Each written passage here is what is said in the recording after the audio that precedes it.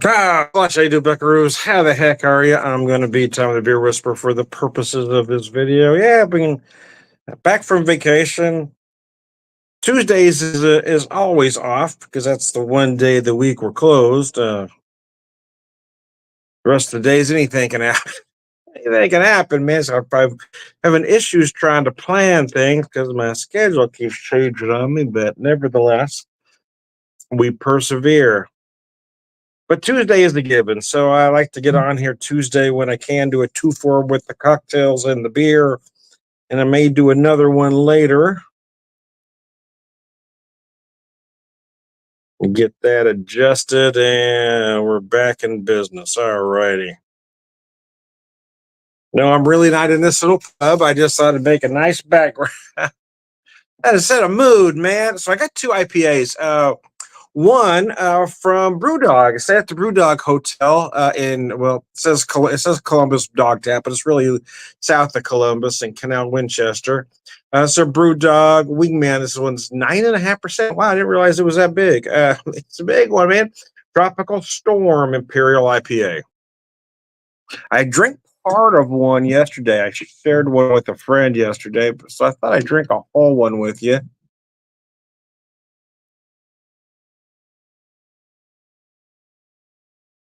A lot of big tropical fruit notes.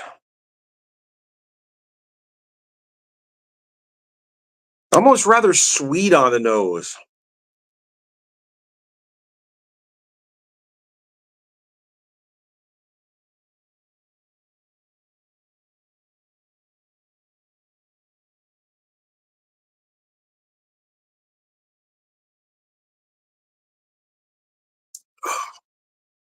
Damn.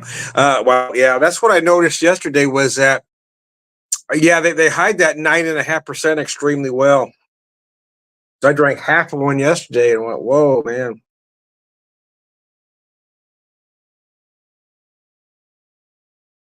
Pineapple, passion fruit, mango. It's really up to you and your taste buds what you get. You might find some stone fruit in there as well. Probably a little citrus, maybe a little tangerine.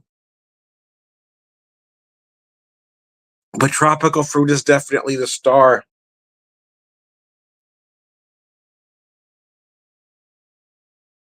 It's not thin per se, but the mouthfeel feels thin for a 9.5% beer.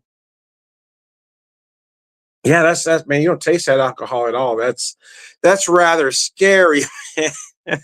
This one will put the hurt on you fast.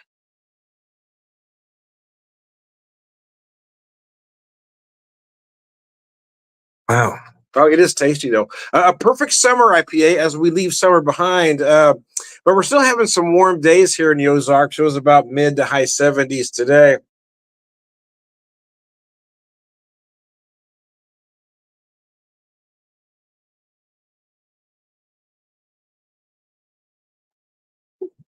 And my original intention was to be ambitious and get a few things done, but I did not. I don't know, just wasn't feeling it today, man. So tired. I was so tired last night. I was supposed to go meet some friends this afternoon, and I just didn't have it in me to go. Went to the store this morning. I had to pick up a few items, and that's really all I had in me. Wanted to relax. Did do some cooking. Made a nice lasagna for the wife and I.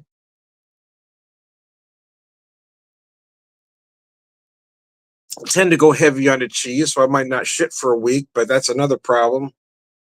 That's another issue altogether. Uh, anyway, I digress. Yeah, this thing is brutally easy to drink.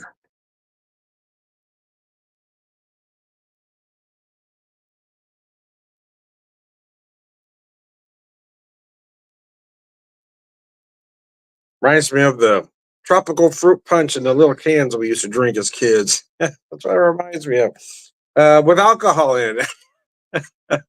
Plus alcohol, yeah. I kept trying to remember the brand name on those. Was it Dole? No, it wasn't Dole. What was it?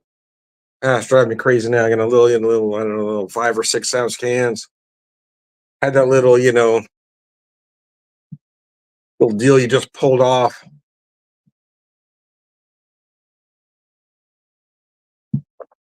Uh, Anyways, anyways, I digress. Yeah, as you can tell, man, it is remarkably easy to drink. You really can't taste that 9.5 at all. I'm really surprised. This is really is the ultimate summer IPA because it's just so easy to drink. It's refreshing. It's clean.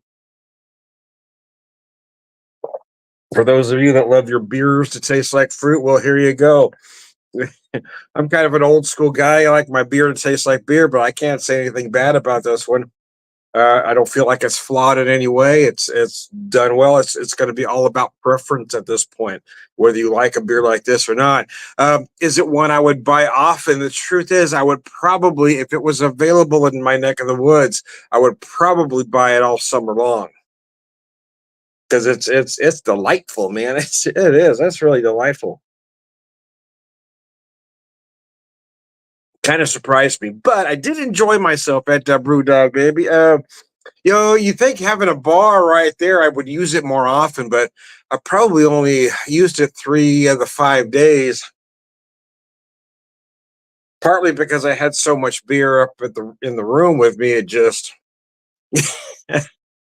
I just like I loved being in that room. It's when usually you want to be out there. I didn't get to a few places I was hoping to get to, even though I got to quite a few, but most I just wanted to be in that room. It was so nice. It was just, I mean, it really was. It was a beer geek's dream.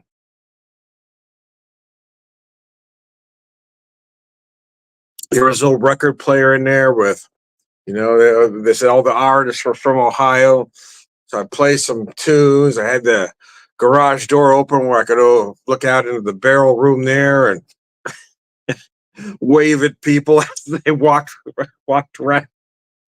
That was awesome, man. Anyways, here's to you, Brew Dog. I miss you already.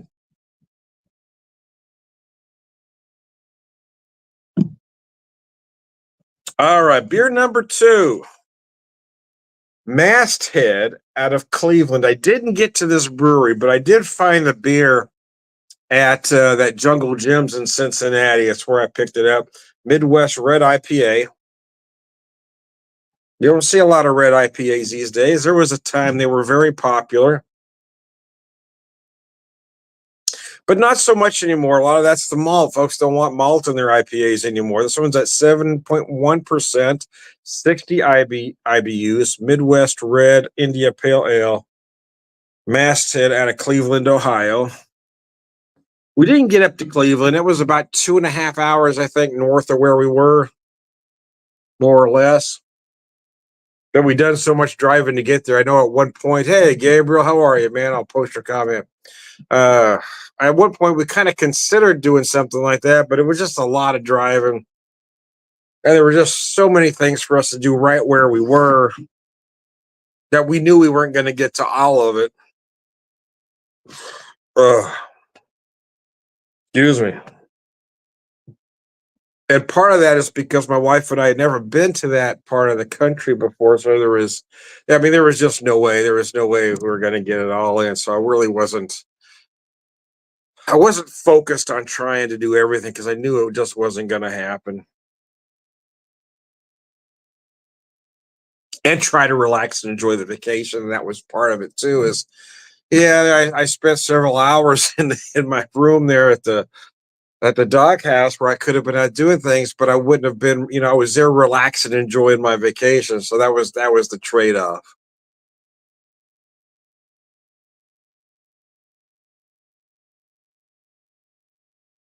This one brings back some memories. Reminds me of a lot of beers I had about decade and a half ago, because you really don't see a style like this much. One of my favorites of the style way back when was one from Grand Teton called Pursuit of Hoppiness. I believe it was about 9.5%. It's a big imperial, or they didn't refer to it as an IPA. They referred to it as a hoppy red, but man, that beer was insane.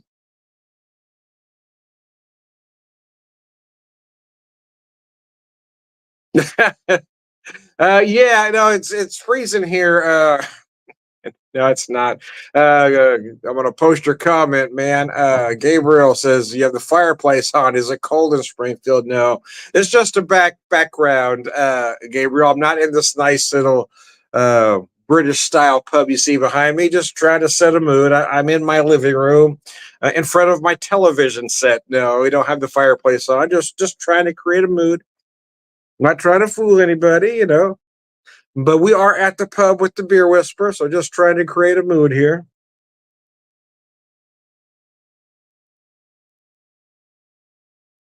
Nice and malty IPA. Hop presence is most noticeable near the finish. Almost a little bit herbal in there. I feel like I'm picking up a hint of anise.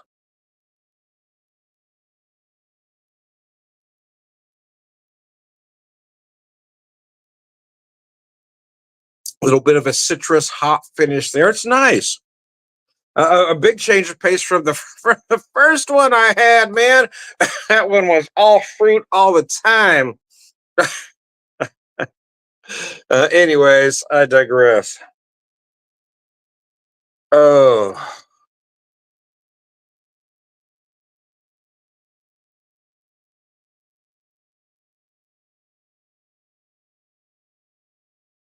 in Indianapolis, I hit five breweries, I believe, and two distilleries. I can't remember the total count in Columbus. Five, six, seven. I don't know, maybe eight breweries. One, two, three, four, two, three distilleries, I guess. Well, if I count, see, I hit two in Canal. So if I count those, and if I count the Brew Dog, that's three right there. So probably hit about 10 or 11 total in the Columbus area, let's just say. But I was never trying to hit it real hard, except for Tuesday. I think I hit four on Tuesday. The rest of it, I just hit one or two here and there. Like I said, I was kind of enjoying just hanging back at the room and enjoying my space there. And then one night we had some friends meet us there at the Brew Dog, so that was a lot of fun too to hang out at the bar area there. It had been rainy during the day, but it cleared up just enough where it was about the right temperature just to kind of hang a little bit.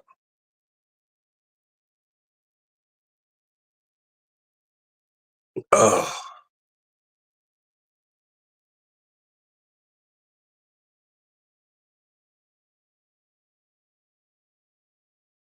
struggling getting that second beer down. That's the problem I had too on vacation. That I was having trouble drinking more than two beers at a sitting. I'd have to wait a little bit.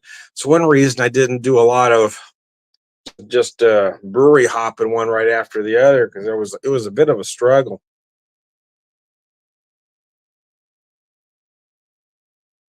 Really found some great distilleries though along the way. Two fine ones in Indianapolis, uh, Hotel Tango and Four Fingers were both excellent.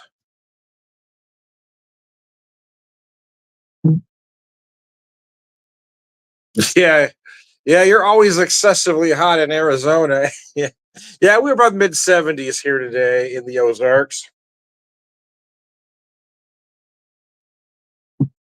and then in Columbus, I I intended on getting to Middle West, but that was the one I missed because we ended up doing some other things. But I did get to Endeavor, which is a brewery and distillery, Echo Watershed.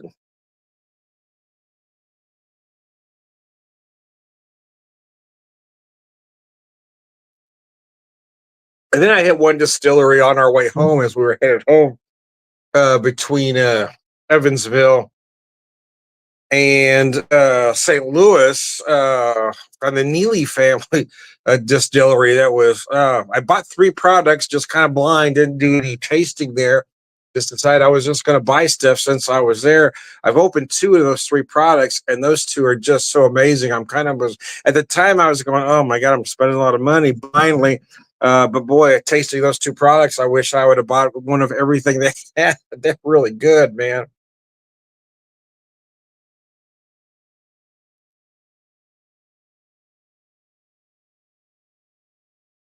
Anyways, Let me show you the can one last time for this one, Masthead, out of Cleveland, Midwest Red IPA.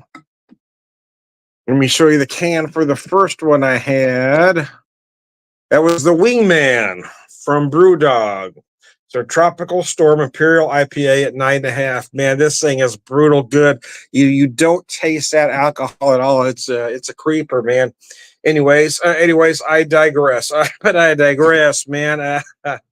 I'm Tom the Beer Whisperer, Beer Evangelist, prolific beer drinker, purveyor of wisdom and